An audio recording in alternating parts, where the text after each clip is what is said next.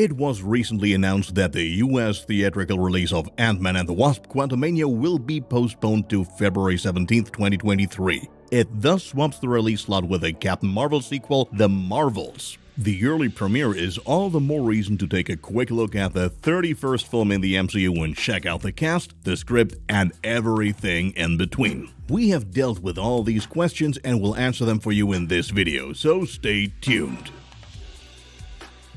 Unfortunately, it is not really known yet as to what time period the plot is set. It is certain though that the story will take place after Endgame, since the older version of Cassie is supposed to play a big role in the movie. It is also possible that quite some time has passed since Endgame and that the relationship between Scott and Hope has developed further. Like many of the Avengers, Ant-Man will surely have taken some time off after the hardships of battling Thanos. Chronologically then, the movie can probably be put between Black Panther, Wakanda Forever, and Guardians of the Galaxy Volume 3. However, we assume that the plots do not affect each other. The Disney Plus series Loki has greater significance in this respect. Everyone who has not seen it yet should do so before watching Quantumania. We will explain why later. Also, as in many of our other videos, there is an imminent risk of spoilers.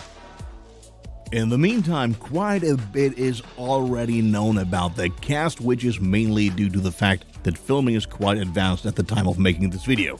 There are some new faces, including a surprise or two. In addition, there will be someone returning, which fans certainly were not expecting anymore. So we are even more excited to see how the writers plan to incorporate him back into this story. Everyone was surely aware that there would be no major changes to the characters of Ant-Man and the Wasp. Of course, Paul Rudd and Evangeline Lilly will once again play the title characters Scott Lang and Hope Van Dyne. Whether and how their suits will be modified in the third part, we do not know so far. Neither are there any changes to Hope's parents. Dr. Henry Hank Pym and Jen Van Dyne are also part of the team and will be again played by Michael Douglas and Michelle Pfeiffer. The first new cast member is Scott's daughter, Cassie. This character will now already be played by a third actress. In parts 1 and 2, the young Cassie was portrayed by Abby Ryder-Fortson. In Endgame, she got the first recast, where she's embodied by Emma Fuhrmann. This is mainly due to the fact that she survived the snap and thus aged by 5 years. However, it is now clear that a new actress has been hired for Quantumania 2. This time, it is Kathryn Newton who will play the role of Ant-Man's daughter. What is controversial here is that Fuhrmann was not even informed about the recasting in advance. He was first introduced in the series Loki, though not really as a villain. Nevertheless, fans know that he's a many-faced character. The talk here is about Kang the Conqueror, whose real name is Nathaniel Richards. In the Marvel Universe, he's related to Reed Richards, aka Mr. Fantastic, the head of the Fantastic Four, and, at least in some universes, the smartest person on Earth. So this could be another step in slowly but surely incorporating the Fantastic Four into the MCU.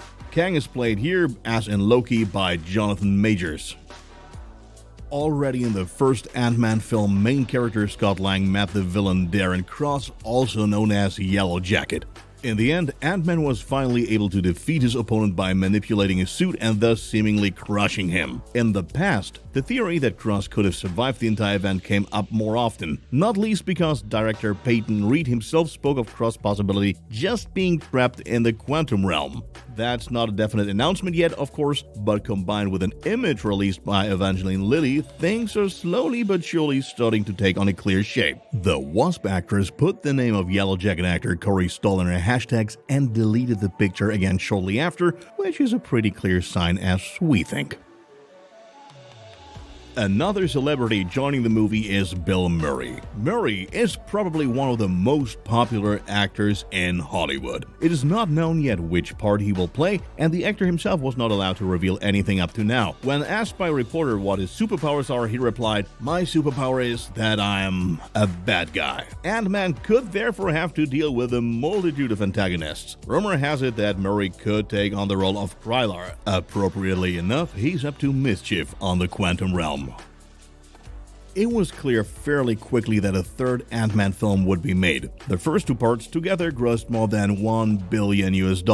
Peyton Reed was soon brought in again as director, having already taken the reins in the first two movies. Jeff Loveness, who has already written episodes for Rick and Morty, was selected as the screenwriter. The new film seems to have a lot of humor to offer. 2 years after the sequel was confirmed, filming began at Pinewood Studios in nearby London. As with The Mandalorian, the movie will be shot using stagecraft technology. This involves previously created backgrounds being projected onto large LED video walls on the film set. At the end of November 2021, filming of the last scene was completed, which was much faster than anticipated. In fact, filming was not expected to end until the beginning of 2022 at the earliest, which is why the movie release has now been rescheduled ahead of time to February 2023.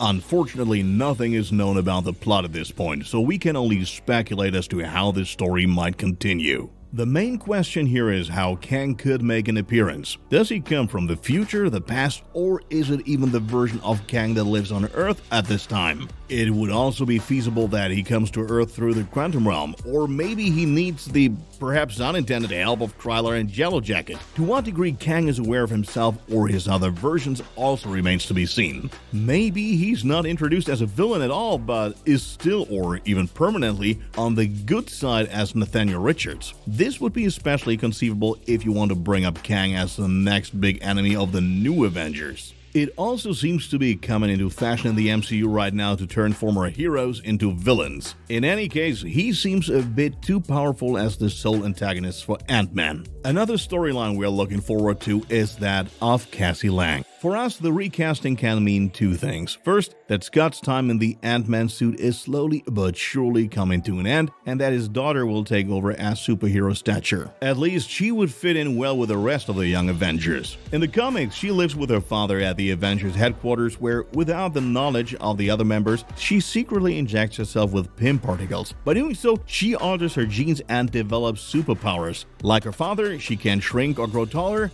but without the suit. However, as we said at the beginning, there are only assumptions about what direction the plot might take. Anyway, it should not take much longer until the first trailer will be released. Then we will surely know more about Scott, Hope, and Cassie. That was our preview of Ant-Man and the Wasp: Quantumania. Even though not much is known so far, we were hopefully still able to give you a good overview. What do you think the plot might look like? Let us know in the comments, and if you enjoyed the video, don't forget to give it a thumbs up. See you next time.